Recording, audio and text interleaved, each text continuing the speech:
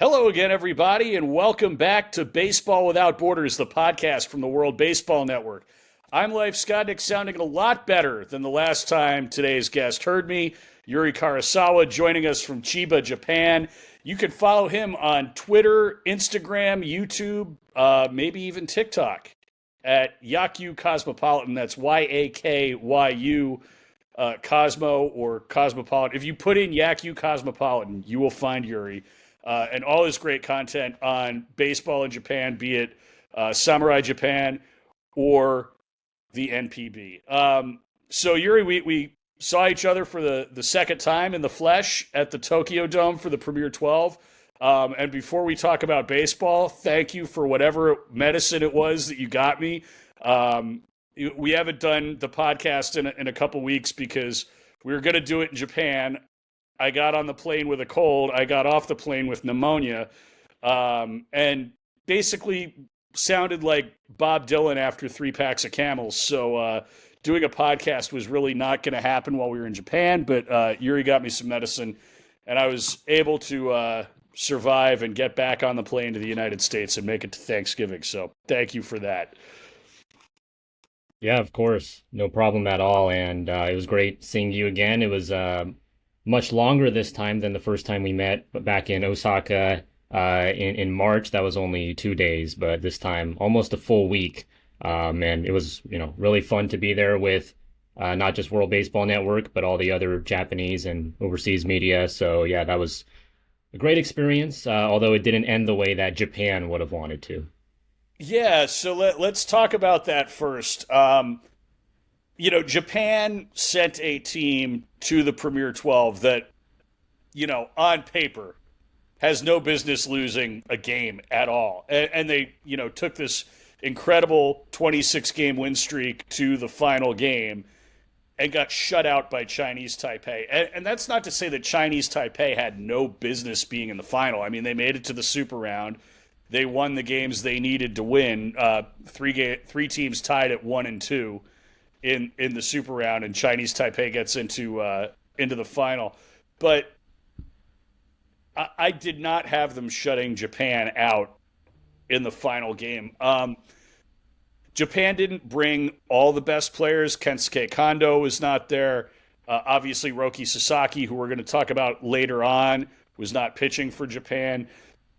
What has been the media narrative in Japan about the loss in the Premier 12 championship game? Yeah, well, I think even though up until the last game, Japan was undefeated and, it's baseball after all. You can lose one game and everything can be all right. But I think the media is treating this as they should, which is that it's quite unacceptable.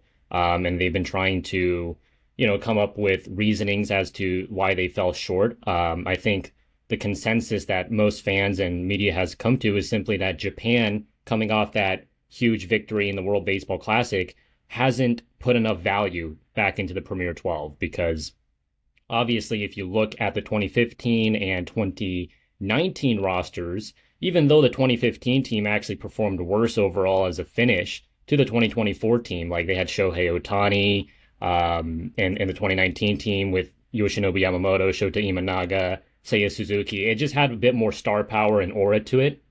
Whereas this year you had so many guys withdrawing just weeks before the tournament. And as you mentioned, it's still an excellent team they brought. Even if it's NPB's, B team or C team, it's significantly better on paper than its counterparts. So they should have won this, no questions about it. But I think the main issue was that the team that they brought to the table could have been better. And I think they would have been able to, dominate their competition much better, even because the 8 wins they had prior to losing in the gold medal game, a lot of them were close, and they probably shouldn't be playing a lot of teams like Venezuela close. You should be actually beating them much more convincingly.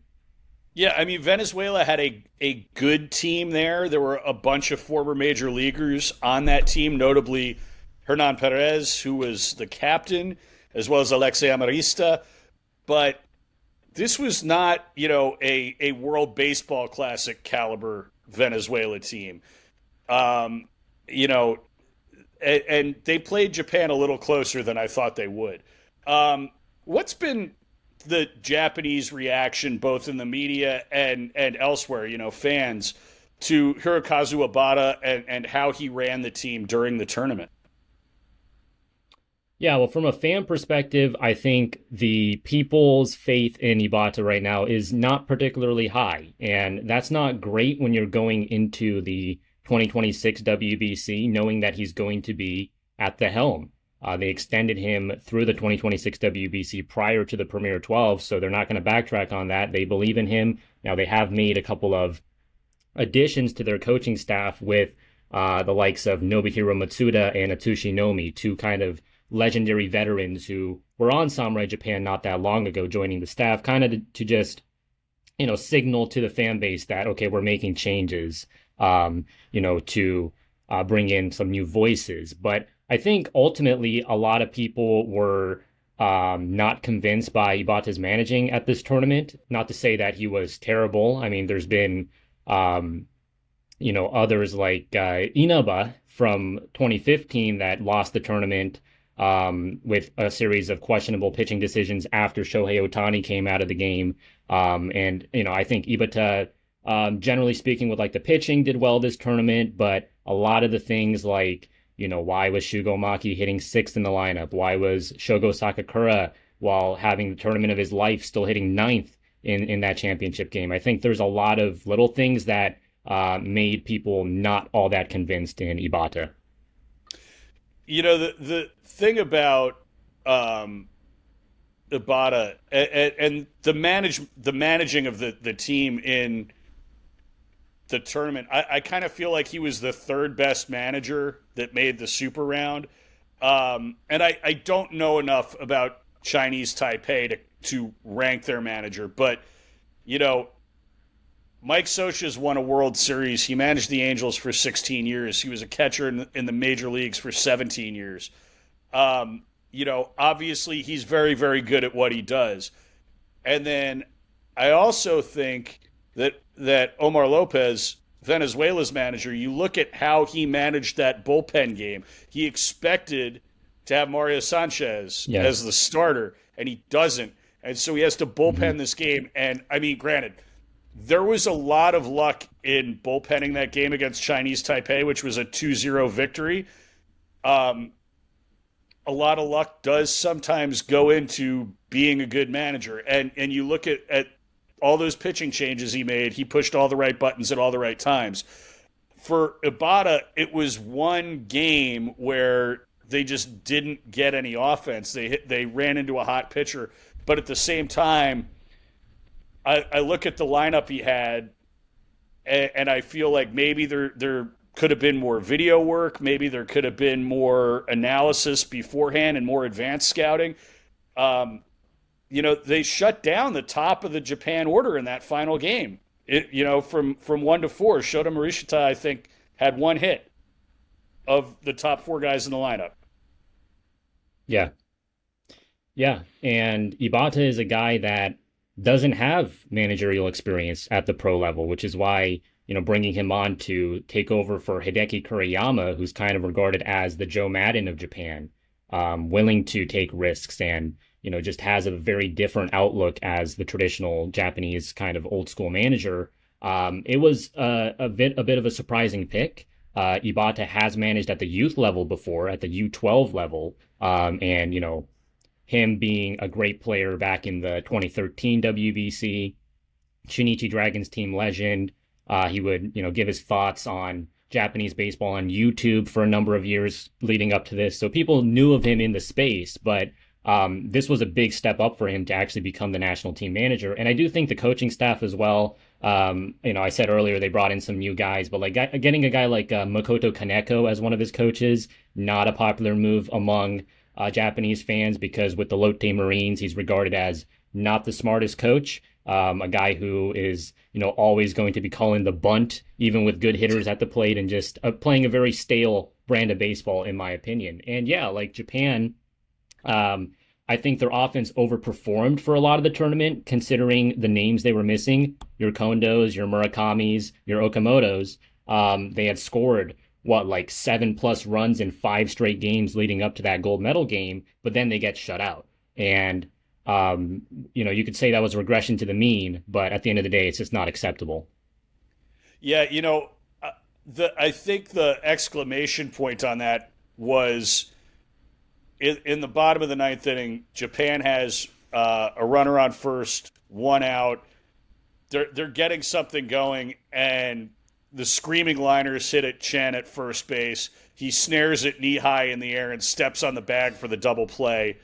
Before anybody in the stadium could really figure out what happened, Chinese Taipei's on the field, and Japan fans in Tokyo Dome are just stunned in silence. And I can't blame them, but at the same time, like we might have seen the biggest moment in Chinese Taipei's baseball history. Yeah, absolutely. And I think from a narrative perspective, if Japan had lost to, say, Team USA in the final, it would be more detrimental to Japan's image as like, oh, these NPB stars couldn't beat some minor leaguers from the US. Whereas with Chinese Taipei, they've always been kind of viewed as the little brother, where it's like they are a rival of Japan. Obviously, Korea is the main rival. They're one of the rivals of Japan, certainly, with being an East Asian team. But Chinese Taipei has always kind of looked up to Japan as like, how are we ever going to be able to surpass these guys? And they haven't been able to. So for them to actually get over that hurdle in the one of their biggest games in team history is huge. And when you look at the pitching numbers from the gold medal game, like Shosei Togo, Chihiro Sumida, Shoma Fujihira, Taisei Ota, the four guys that went out there for Japan, they combined for 15 strikeouts, whereas the Chinese Taipei pitchers only combined for 8. So you could say, Japan was putting the ball in play better. They were, not being overmatched in any way by the Chinese Taipei pitching, but they only had 4 hits and 2 walks, so just not enough traffic on the bases, not putting enough pressure. And the fact that it was Yaku Cho and Kwan Yu Chen, 2 guys that had pitched in NPB previously, but had basically been forced out of the league.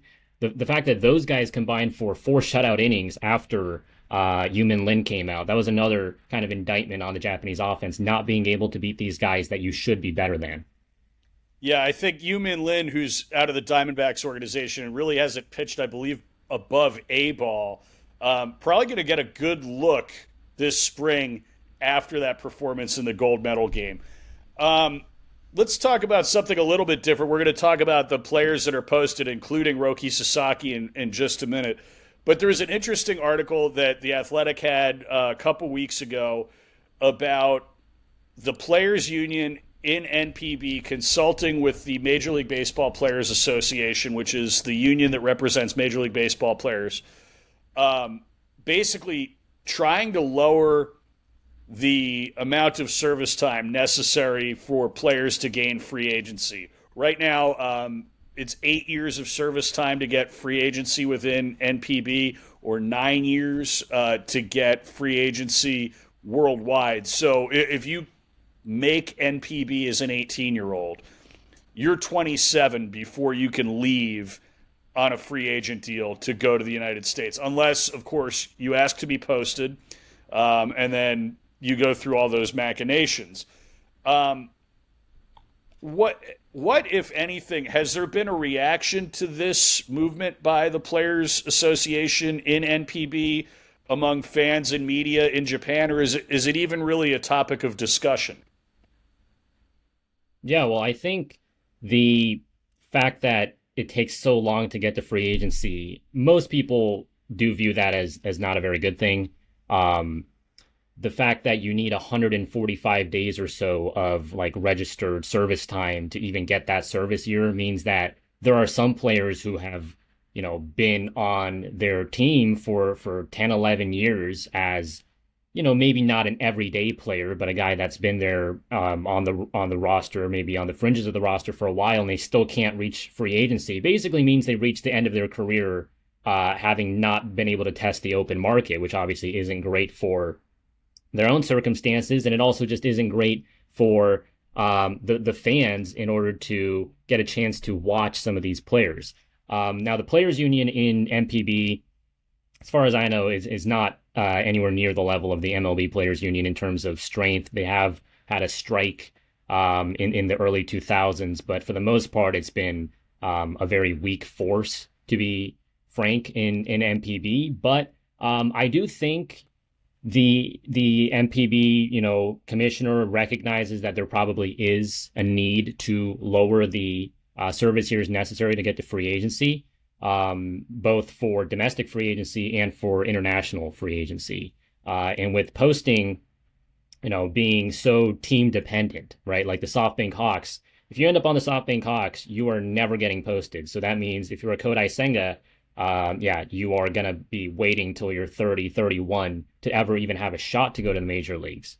Whereas, some other teams are going to be a lot more willing to actually post you when you turn 25, or, as we'll get into with Roki Sasaki, maybe when you're not even 25 and you're 23 and it has nothing to do with you're not getting any benefit financially from posting them. But you got teams like SoftBank and Yomiuri who will simply not post. And so that's why the international free agency is incredibly important for these guys if they want to be able to at least test the major league market, to just see where the market's at. Because you will have cases like Tomoyuki Sugano where they get posted, they check out the MLB market, and they're like, never mind, I'm going to go back home.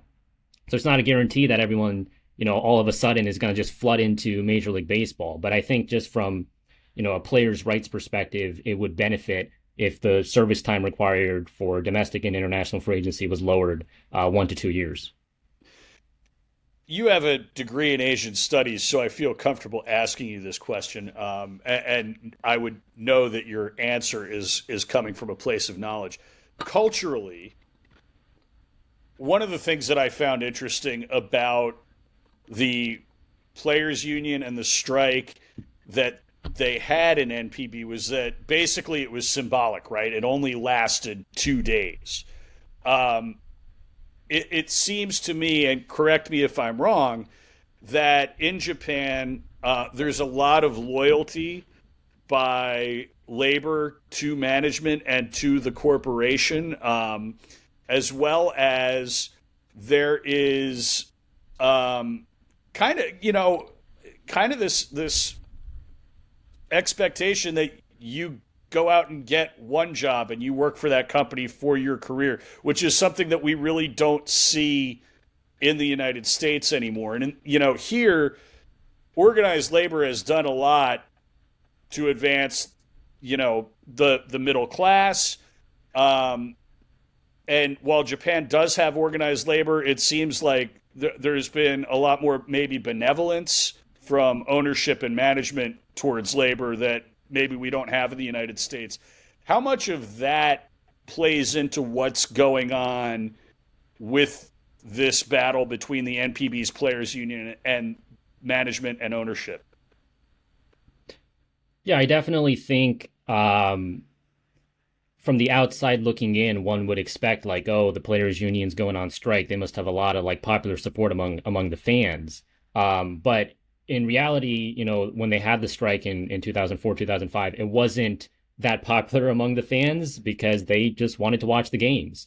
And there was external factors that caused it with the financial strife, like the Oryx Blue Wave and the Kintetsu Buffaloes having to merge, and then the Rakuten Eagles coming in as an expansion team. So there's a lot of turmoil in NPB at the time. They were not doing that well financially for the most part.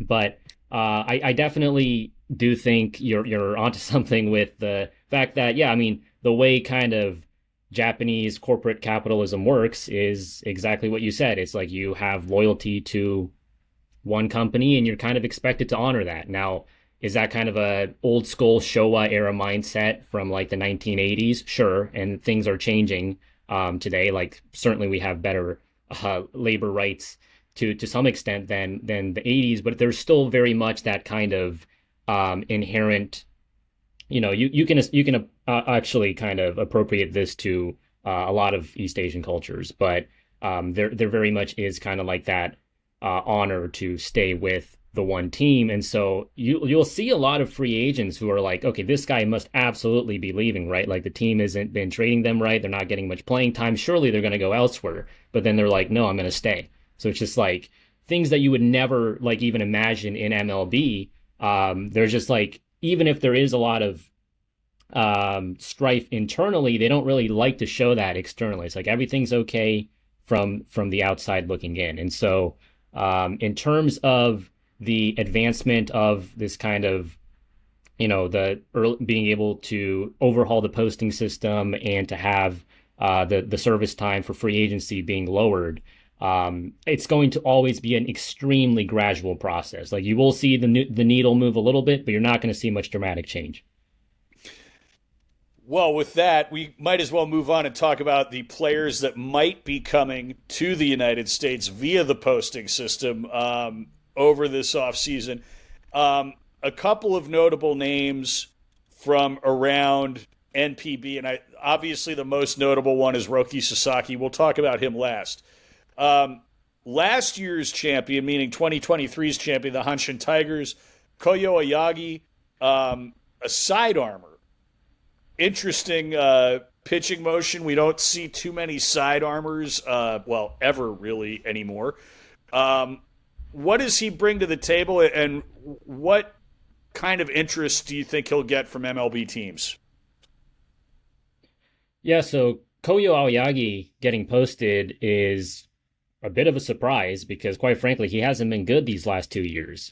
You go back to 2021, 2022, he was one of the premier pitchers in the Central League, posting a sub 2.5 ERA in back-to-back years, really high ground ball rate because of, as you mentioned, that really deceptive low sidearm slot. NPB, you do actually see like submariners being starters, which again, in MLB, you just never see that. I would describe Aoyagi as kind of a Tim Hill from the right side. So he's, really funky, not going to really be overpowering you, striking you out. And these last couple of years, he just hasn't been able to put together the type of years he was having, in his prime. But he did start Game 7 in the 2023 Japan Series, and he pitched very well. He actually outpitched Hiroya Miyagi, one of the top starters in MPB today, and helped Hanshin win, end their huge Japan Series drought. So I think Aoyagi getting posted here is kind of similar to a Shintaro Fujinami situation for Hanshin a couple years ago, where it's offering the guy kind of an olive branch to get a change of scenery. It's like, you've done a lot for the team in the past. Maybe these last couple of years haven't been your best, but you have that interest in going overseas. Like Aoyagi mentioned this when he was pitching for Japan in 2021 for the Tokyo Olympics, that he would have like MLB interest. And that's obviously 3-4 years ago now. And typically when a guy falls off, it's like, okay, you're not going to really, you're probably going to give up on those MLB dreams. But for Aoyagi, do I think he's going to get an MLB contract? Probably not, but I think he would actually be willing to accept a minor league deal, invite to spring training, be able to kind of prove to himself what he's capable of. And if he doesn't do well in 1 year's time, he can come back and sign elsewhere in MPB. And that's kind of a way to circumnavigate the service time that we were just talking about, right? Where it's like he hasn't reached domestic free agency yet, but if he gets posted, leaves for an MLB team, then comes back, then he can actually sign elsewhere. So it all works out for him in the end. But yeah, I mean, I'd be interested to see if any MLB team is willing to take a shot on a funky side armor. Yeah, a little bit of a palate cleanser potentially for him to come over here maybe for a year or 2 or 3 and kind of see what happens. Side armors, it's tough because pitching coaches are generally working with guys that are over the top or 3/4, so they kind of don't know how to coach guys like that. It'll be interesting to see where he ends up.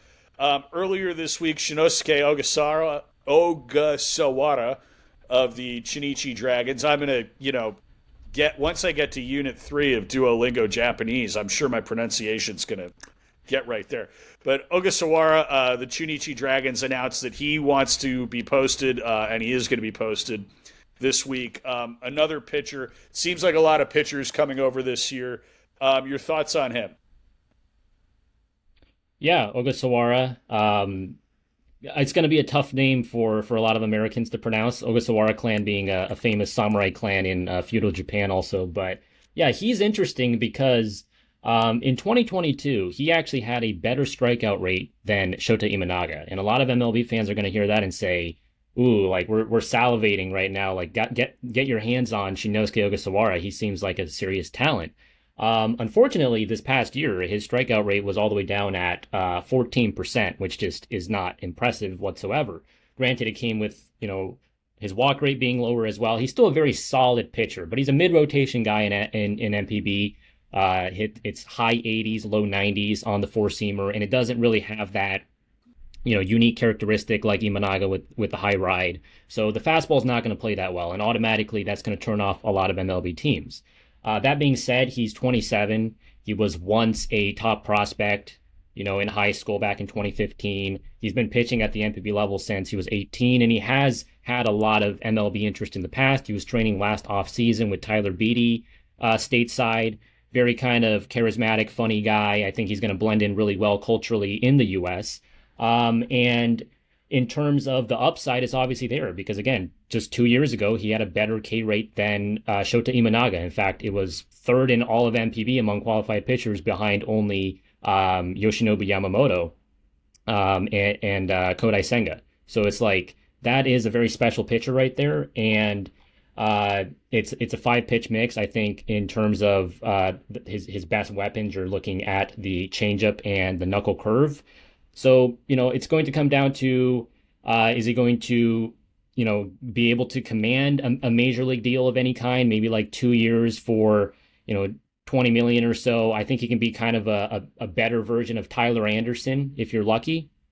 But there is obviously a little bit of risk in that profile. So maybe he only gets a minor league offer, kind of like Naoyuki Uwasawa last year.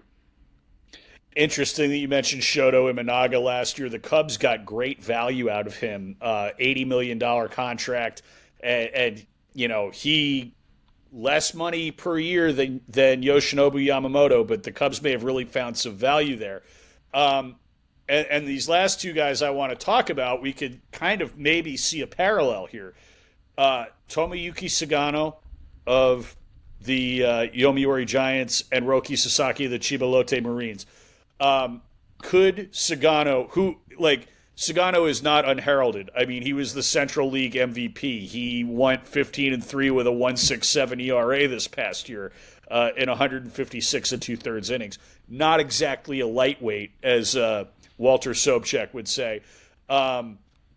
This is a guy who's a very elite pitcher in NPB, but could he be this year's value play a la Imanaga vis-a-vis Roki Sasaki in this year's posting period?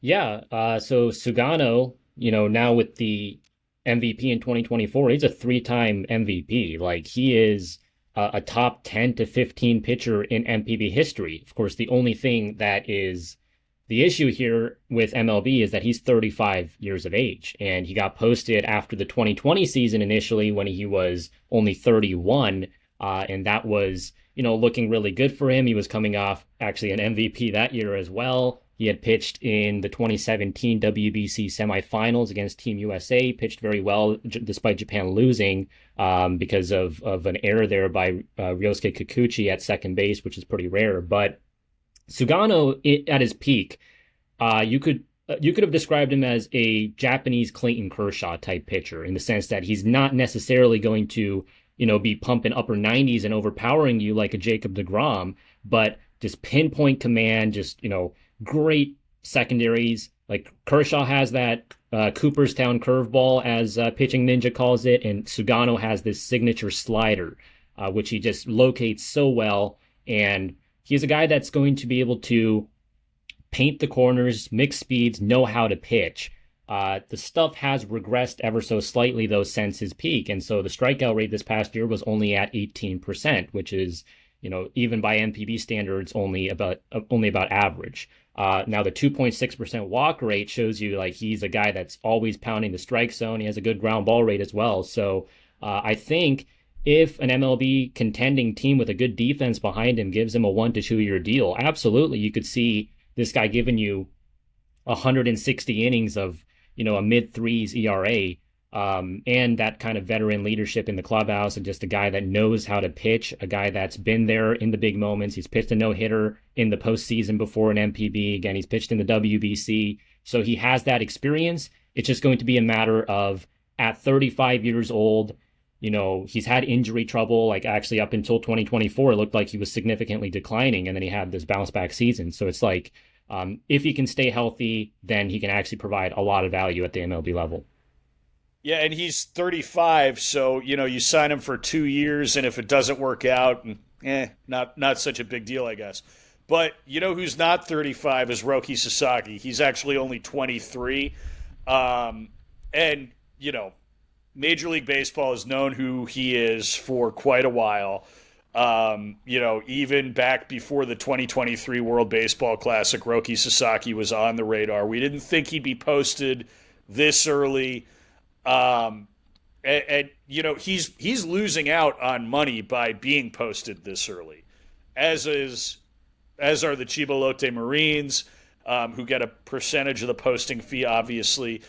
Um, do you think that he's going to get Yoshinobu Yamamoto money, and does he deserve that money? And I know the answer to both those questions are probably yes, but what do you think?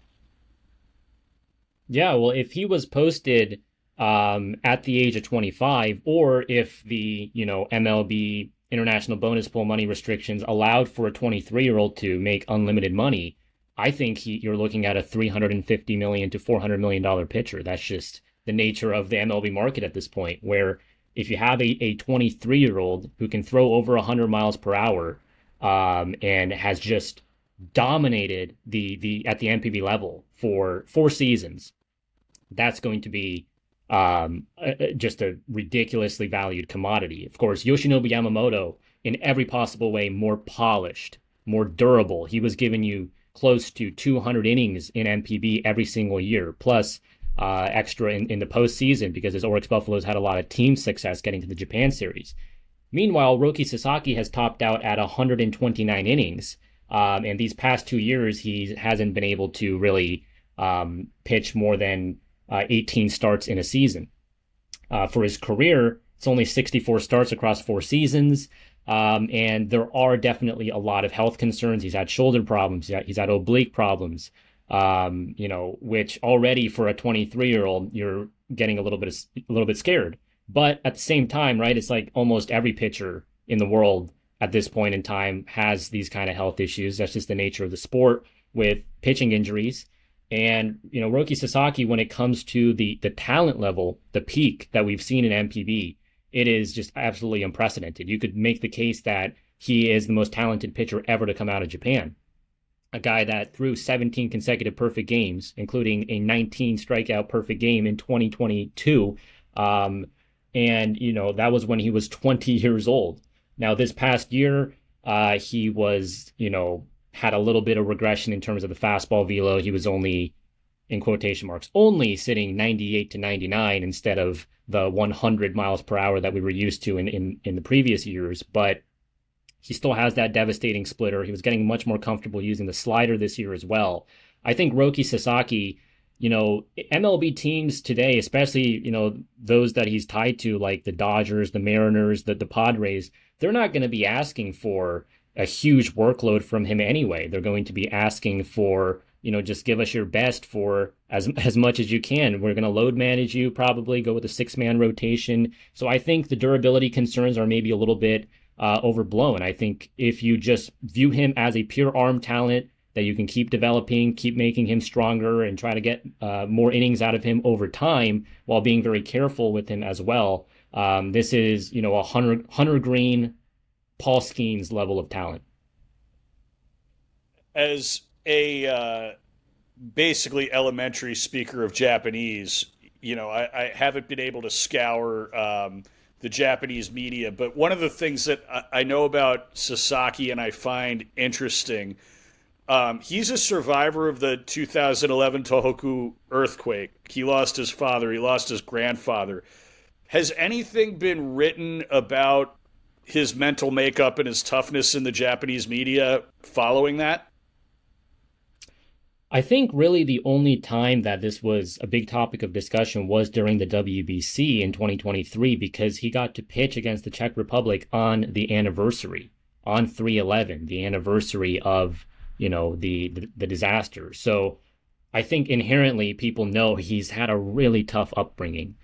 in that sense. But the media has also been really tough on Sasaki. His agent Joel Wolf actually mentioned this just the other day, that the Japanese media has been really harsh on him, particularly since last winter when you initially had these rumors that he might get an early posting. Now, some of that, if you're looking at the Japanese baseball ecosystem, you can understand why some people are a little bit upset with the early posting. It sets kind of a dangerous precedent for MLB teams poaching NPB players. But at the same time, he's you can't hate the player, right? You gotta hate the game. So it's like Roki Sasaki here has put himself in a position where he wants to compete at the highest level on the biggest stage as soon as possible, much like Shohei Ohtani. Now, of course, unlike Shohei Ohtani, he wasn't able to win a championship with his team. He wasn't really able to even put together a full season, despite the great peaks we saw. There was no titles associated with him, no awards. So that's why a lot of people were thinking that this is just way too early for him to go to MLB, and a lot of fans were upset about that. But at the same time, I think most of the Lotte Marines fan base are cheering him on. Not to say it's everyone. A lot of people, again, are very upset, but I think a lot of Lotte Marines fans are viewing him as, just a great representative for Samurai Japan. Like, go to MLB and show why show that you were worth it, show that it made sense for you to actually make this decision. When you talk about load management with Roki Sasaki, the name that immediately comes to mind for me is Masahiro Tanaka, mainly because when I was covering the Yankees for the local paper here, I think I covered like every start he made at home in 2016. And I did a story that year where I kind of figured out like what his ERA was on 4 days rest, 5 days rest, 6 days rest.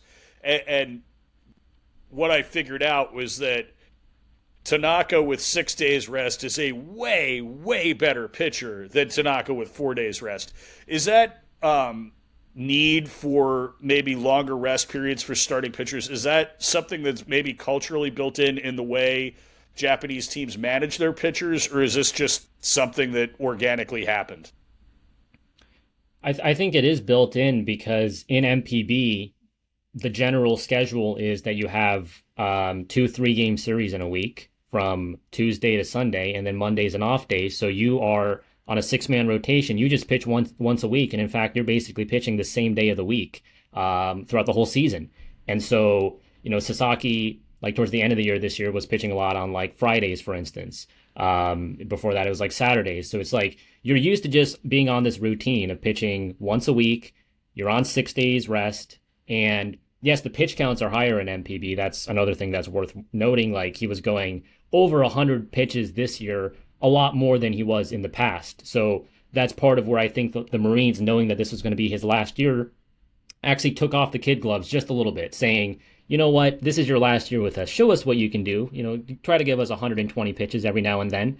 And he can do that. Like, it was only 18 starts this year, but still going over 100 pitches a lot of the time. That still puts a toll on your body.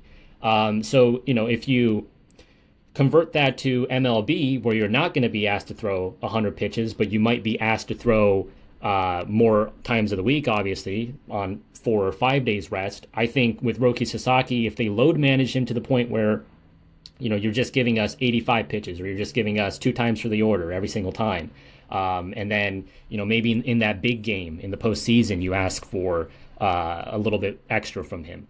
I think Japanese pitchers, though, in general, you saw this with Yoshinobu Yamamoto this year. Obviously, he had that long injury that really, put it ruined the narrative around this season, because I think if Yamamoto gave 150 innings like Imanaga, people are looking at him as one of the premier pitchers in MLB right now. When you post a 3 flat ERA as a rookie, that's insanely good. But it's because he only gave you 90 innings that people were, a little bit disappointed in Yamamoto's debut season. But I definitely think that with Roki Sasaki, much like many other Japanese pitchers, yes, the load management's going to be an issue for sure, but the innings that you do get from him are going to be of a very high caliber.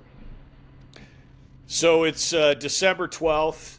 We're in the United States, at least, we're about 2 months from pitchers and catchers, but it's a lot closer in Japan. When does NPB spring training start up?